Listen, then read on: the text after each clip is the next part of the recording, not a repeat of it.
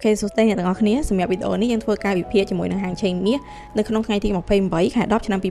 2025ហើយសម្រាប់ហាងឆេងមាសគឺមានអីខុសប្លែកពីវីដេអូមុនអីប្រហែលទេដោយសារវីដេអូមុនខ្ញុំបានជំរាបបងហើយបើសិនជាវាធ្លាក់បែកជាមួយនឹងចំណុចកណ្ដាលនៃ Bollinger Band ដែលខ្ញុំគូប្រអប់ត្រង់នេះដែលនៅក្នុងតំបន់$4060នៅក្នុងមួយអោនទៅត្រូវជាមួយនឹងតម្លៃ$4891នៅក្នុងមួយតម្លឹងអញ្ចឹងនៅក្នុងតម្លៃហ្នឹងគឺបើសិនវាដាច់អាកន្លែង$4061ហ្នឹងគឺវាធ្លាក់អាចចុះមករកទីតាំងមួយទៀតគឺនៅក្នុងតំបន់$3843នៅក្នុងមួយអោនដែលត្រូវនឹង$4630នៅក្នុងមួយតម្លឹងហើយតំបន់អស់ទាំងហ្នឹងហើយដែលវាអាចនឹងបុកឡើងទៅវិញអញ្ចឹងអ្នកដែលគាត់ចង់ទិញមាសគីឡូទុកឬក៏ចង់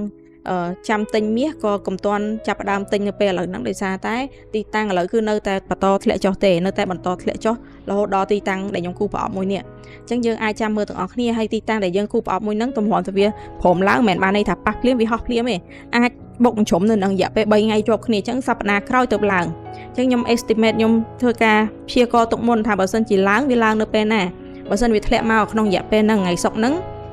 វាធ្លាក់មកដល់ទីតាំងហ្នឹងណាធ្លាក់មកដល់ទីតាំងហ្នឹងអញ្ចឹង3ថ្ងៃក្រោយទៅបានវាអាចជ្រុំឡើងទៅវិញបានវាអត់ឡើងទៅភ្លាមទេកន្លែងហ្នឹងខ្ញុំមានឧទាហរណ៍ប្រាប់បងទាំងអស់គ្នាដូចកន្លែងមួយនេះអញ្ចឹងដូចបកគោមួយនេះអញ្ចឹងនេះជាឧទាហរណ៍នៅពេលដែលវាប៉ះជាមួយទីតាំងដែលយើងត្រូវលក់ឬក៏ត្រូវទិញនេះទីតាំងដែលយើងត្រូវទិញនេះជាបកគោប្រចាំថ្ងៃអញ្ចឹងមកបកគោស្មើនឹងមួយថ្ងៃអញ្ចឹងបានន័យថាវាមកប៉ះត្រង់ហ្នឹងបិទខៀវមួយហើយវាជ្រុំ3ថ្ងៃជាប់គ្នាទៅបានវាព្រមហោះណាអញ្ចឹងអាការដែលយើងទិញលក់គឺអត់ហួសពេលទេយើងកុំខ្លាចថាសារធ្វើចោលយើងពេលខ្លះវាចំណាយពេលនៅទីតាំងដែលវាត្រូវទិញត្រូវលក់ហ្នឹង3ថ្ងៃតម្រាំទៅវាឡើង1 2 3តម្រាំឡើង1 2 3បើចុះវិញក៏3ដែរអញ្ចឹងរយៈពេលក្នុងមួយអាទិត្យវាមានឡើងមានចុះយើងអាចកំណត់ព្យាករណ៍ដឹងមុនថាពេលណាមាសនឹងត្រូវឡើងថ្ងៃណាមាសនឹងត្រូវចុះយើងអាចដឹងមុនជានិច្ចអញ្ចឹងដូចក្នុងកន្លែងនេះអញ្ចឹងមុនពេលដែលវាធ្លាក់វាជ្រុំលើនឹង3ថ្ងៃដូចគ្នាជ្រុំលើតម្លៃខ្សែហ្នឹង1 2 3ថ្ងៃទី4ធ្លាក់អញ្ចឹងបើសិនជាវានៅបន្តធ្លាក់អាចធ្លាក់មក2 3ថ្ងៃទៀតមកដល់ត្រង់នេះតម្រាំទៅវាព្រមឡើងគឺរយៈពេល3ថ្ងៃដូចគ្នាអញ្ចឹងបាច់តន់ស្លន់ទៅរកទិញមាសអីទេមិនតន់ជូរឆហ្នឹងហើយចឹងអានេះគ្រាន់តែជាការព្យាករណ៍តម្លៃ time frame ធំហើយសម្រាប់អ្នកដែលគាត់កំពុងតែចូល trade នៅក្នុងទីផ្សារ future គឺកំពុងតែដេញប្រខំជាមួយនឹងតម្លៃ time frame 1ម៉ោង4ម៉ោងអីចឹងទៅអញ្ចឹងសម្រាប់ឥឡូវហ្នឹងមាសបន្ទាប់ពីពេលថ្ងៃទី25ថ្ងៃទី24ថ្ងៃសុក្រហ្នឹងមកបើកបកគោថ្មីថ្ងៃច័ន្ទគឺវាធ្លាក់រហូតដោយសារតែ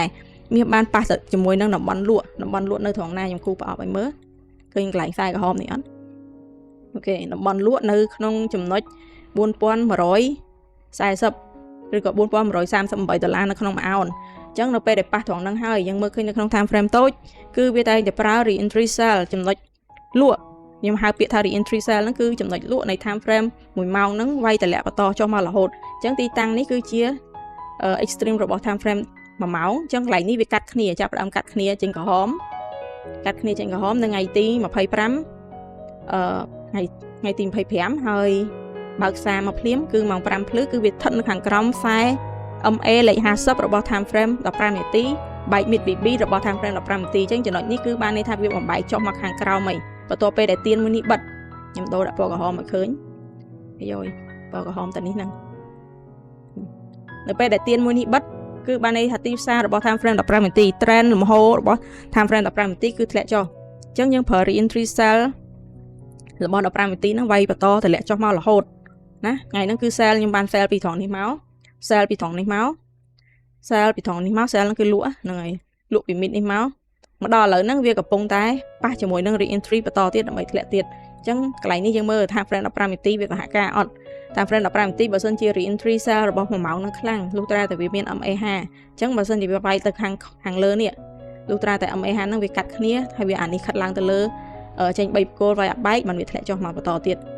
អាហ្នឹងដូចក្នុងករណីកន្លែងខ្ញុំដាក់ signal ឲ្យយប់មិញកំសលមិញអញ្ចឹងកន្លែងនេះ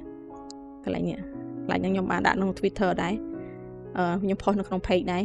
ខ្ញុំគូបកគោឲ្យហ្មងថាតបិទមកបកគោទៀតធ្លាក់មកអញ្ចឹងខ្ញុំប្រាប់នៅម៉ោង8:40នាទីធ្លាក់